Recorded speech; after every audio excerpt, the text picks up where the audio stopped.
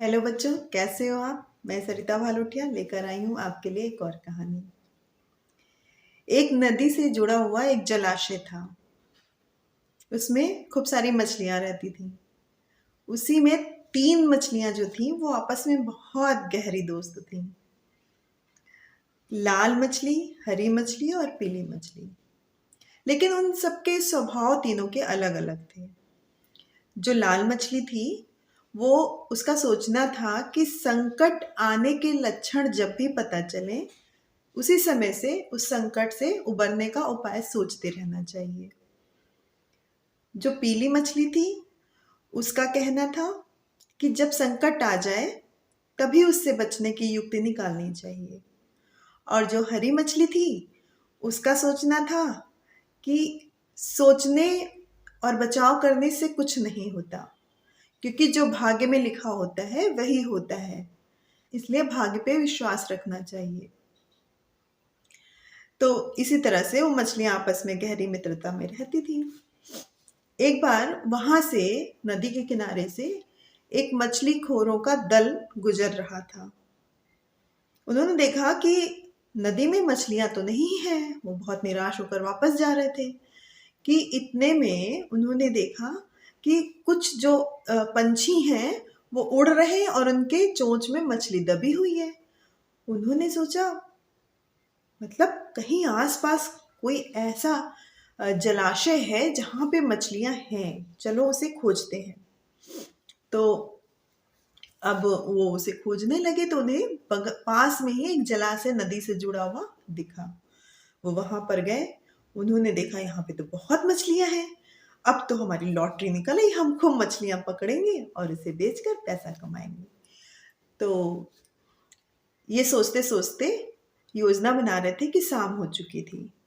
तो मछुआरों ने सोचा कि कल आएंगे और कल हम ये मछली पकड़ेंगे यहाँ पर आकर। ये सोचकर वो अपने घर चले गए। अब तीनों मछलियों ने उनकी ये बात सुन ली थी। तो जो लाल मछली थी उसने सोचा कि कल मछुआरे आएंगे और हम लोगों को पकड़ लेंगे, उससे पहले ही कोई उपाय कर लेना चाहिए।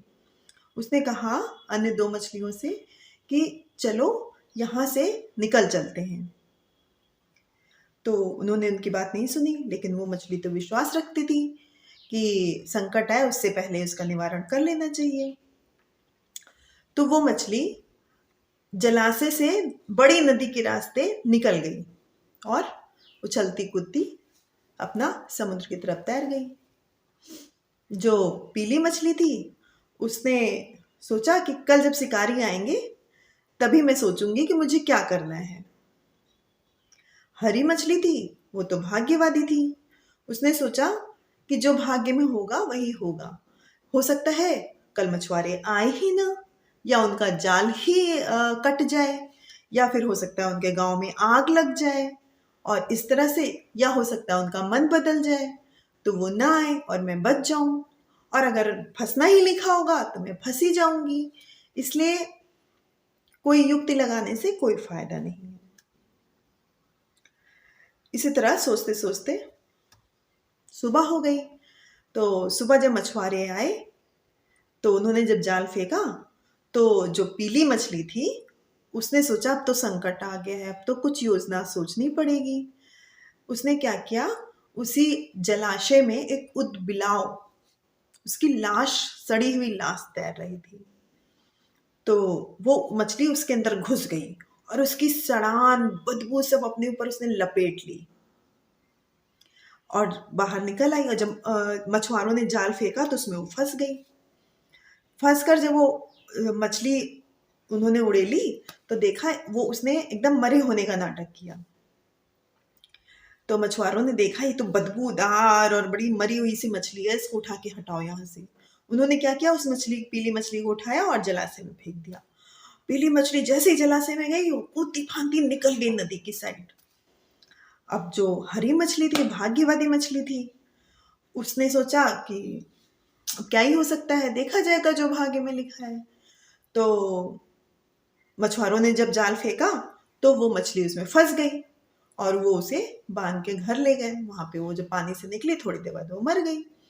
तो बच्चों, ये कहानी हमें ये सिखाती है कि भाग्य पे विश्वास करके कर्म को कभी नहीं छोड़ना चाहिए।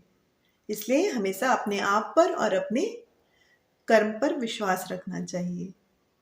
ऐसी कहानियाँ और सुनने के लिए मुझे फॉलो करते रहिए।